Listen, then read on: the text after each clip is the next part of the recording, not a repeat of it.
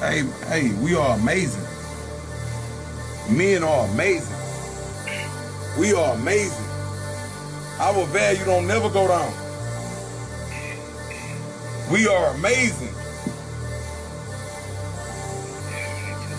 Hey, I like when that nigga said on Instagram, a happy man is God's plan. A happy man follow God's plan. My partner talking about, man, bro, it ain't no good women out here. Yes, it is. It's a lot of them. Like, you notice how when you get a car, you start noticing like that same kind of car on the highway. Whatever car you in, that's the car you start seeing a lot of, because that's what you looking at. So when you focus on bullshit, you don't see nothing but bullshit.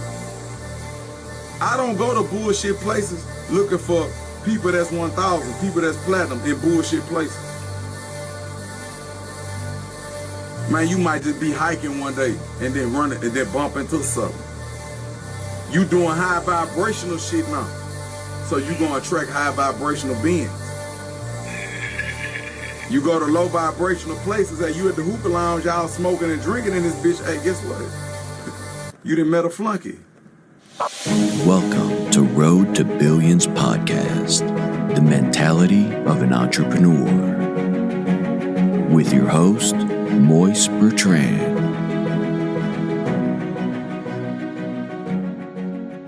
Hey, what's up, everybody? It is your host, Moise Bertrand, the Road to Billions Podcast.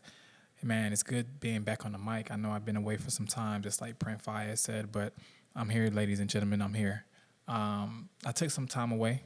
You get me? I took some time away just to focus on business and family and everything like that, and I definitely am happy that I did so. You feel me? Because I accomplished so much over these last couple months. It's amazing how being focused and disciplined could really get you, and how far it could get you. And it's not no gimmick, man. There's not no gimmick when you really have to lock in and focus on what you want to accomplish. And one of which I accomplished was buying me a new vehicle. And it still sounds crazy when I say it. You know, I bought me a new car. It still sounds crazy. Me saying it at this very moment, it still sounds so surreal. But I'm so grateful and I'm so abundant that I was able to grab that vehicle a good week ago, right at the price range, right at the miles, everything that I literally manifested. I wanted it and I got it, you know. I can't even say unfortunately to anything in any of the situation, because this was a long time coming. And I believe when you keep faith, even though things get dark, just like Kevin Gates said, you know, in one of his songs. As you can see, I put one of his videos up there too. Things will eventually work out. You feel me? Things will eventually work out. And I know it's always hard to see those things when you're in the midst of trouble, when you're in the midst of chaos, because it's so much moving pieces. And like I mentioned to you guys, there was a point in my life where before I started entrepreneurship, everything was moving pieces. Everything was a puzzle. You feel me? Up until now, everything is still a puzzle. I'm just now learning how to balance everything, you know, because September 11th was my birthday. I turned 27, you guys. And everything before 25 I learned was a blessing. And I'm lucky I got it out the way early. You feel me? From businesses, from relationships, from friendships, from money management. I'm lucky I got everything out the way, because once you put your mind on something and you set it there, God is going to align everybody and everything in your path. And it's only for you to unlock and go around unlocking people. You get me? He might give you a job and you might be like, man, I want to be a supervisor one day. And all of a sudden you stay at the job long enough and the supervisor position open up. He may not just give you the supervisor position. You have to apply yourself. You have to go apply for that position anyways. Even though you feel like you deserve it, you still got to go apply yourself. You feel me? And the same thing happened when I bought the new vehicle, because I felt like all these years, man, I finally applied myself to something that was physical. And I'm not going to lie, you know, I didn't just go buy this car just to buy it. You know, this car is definitely it's a token of my labor. And also the rentals. You know, when you have rental properties set up and you have more assets than liabilities and you have more skills than liabilities, I always want to say, if you make money anywhere, you could triple your worth.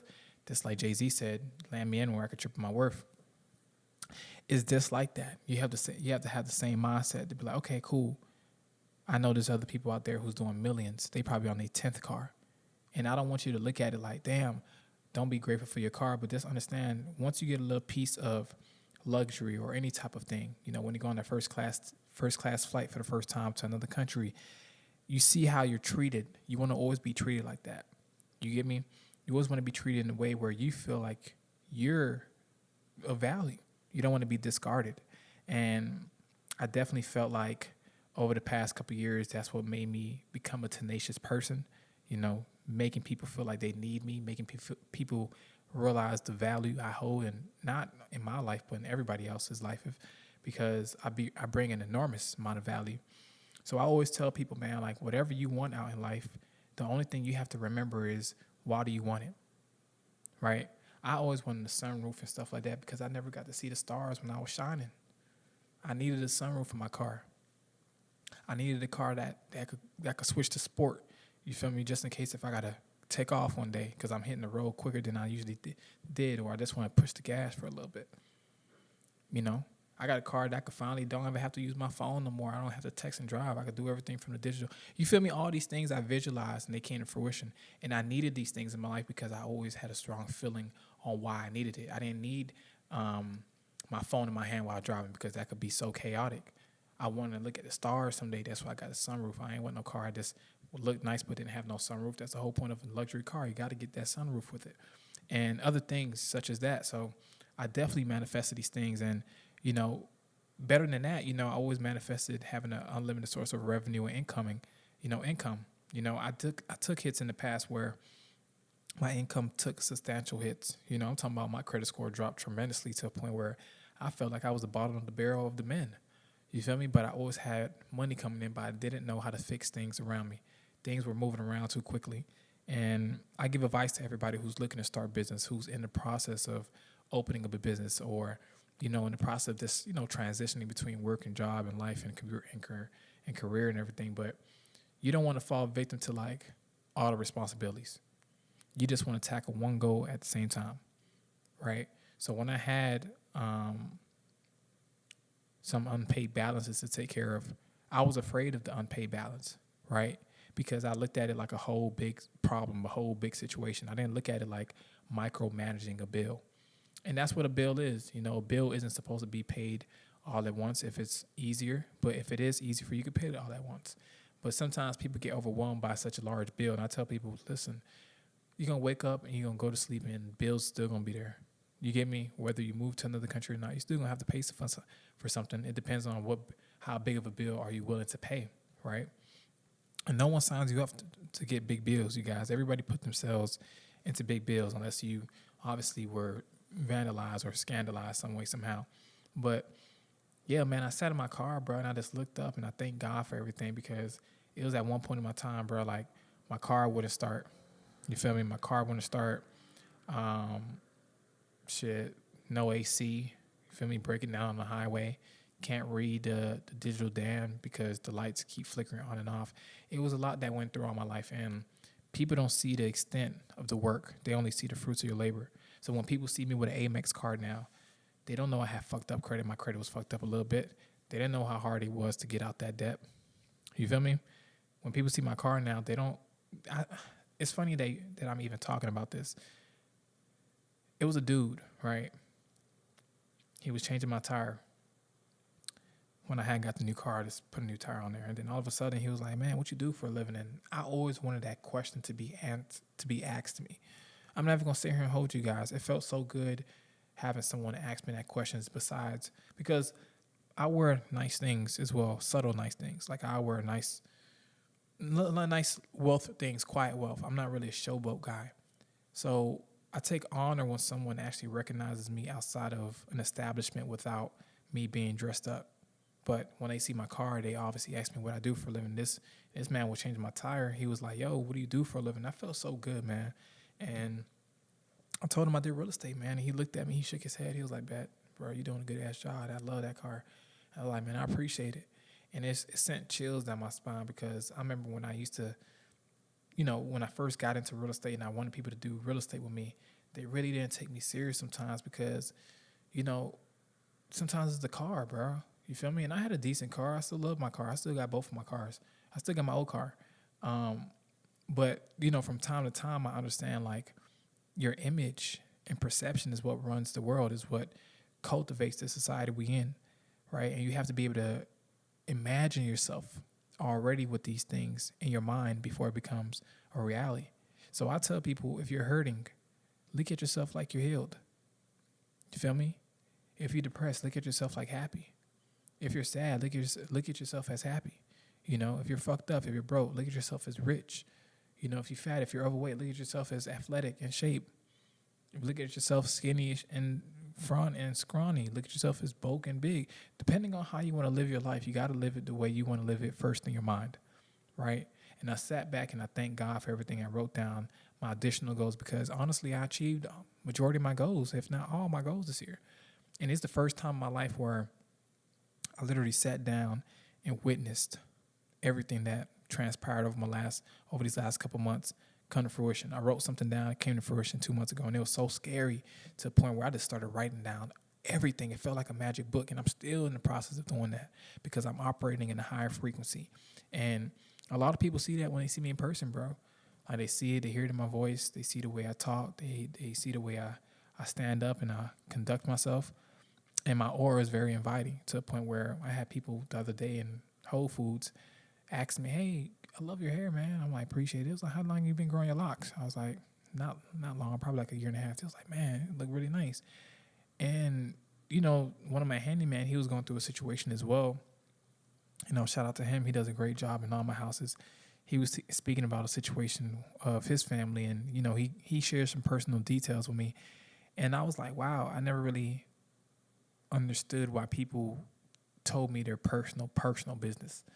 But now I'm starting to understand the person I am. People are comfortable around me. I have an inviting aura. I'm not here to terrorize nobody. I'm not here to boss anybody around. Everybody around me knows I give constructive criticism, whether you like it or not. Nah, I don't like that. I don't like how you put that. Let's put that back.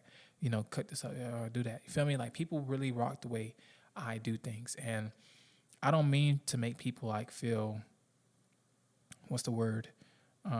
Like I'm judging them. I just want everybody around me to be overachievers. You know, I grew up in an overachievement household, so I always want people to be overachieving, but you got to keep faith when it gets dark. You know, I know many times people may not know what they're going to do about rent, because I had times like that, nights like that. I was tossing and turning, forget eating, bro. I didn't even know what I was going to do about rent. You know, I still had bread, but, you know, the rent, you know. And when I said the bread, I'm talking about I took care of everything else that month, but I was just a little short. You feel me? And that happens in business. And I'm not going to sit here and tell people, hey, listen, you're going to always be up every time, because you might hit a pothole that causes a financial constrict, you know, in your finances and everything like that. So I definitely tell people all the time, you got to be able to be mentally strong.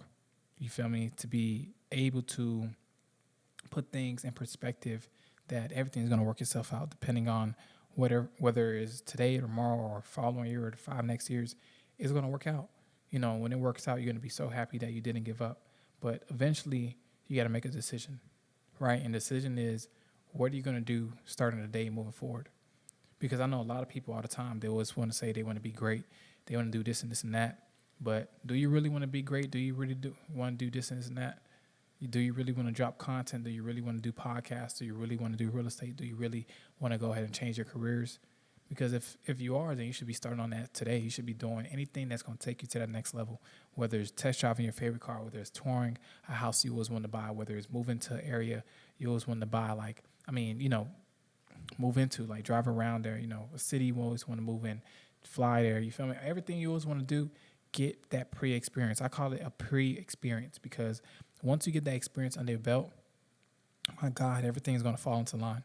You feel me? You don't have to worry about anything else falling into place. Once you feel good about everything, once you are doing everything that's actually putting you in alignment, at the end of the day, you should be good. So once again, I appreciate you guys for listening to Road to Business Podcast. It's been an amazing journey. Chase your dreams, man. Even though when things get dark, keep your faith, man. At the end of the day, God loves everybody. Amen.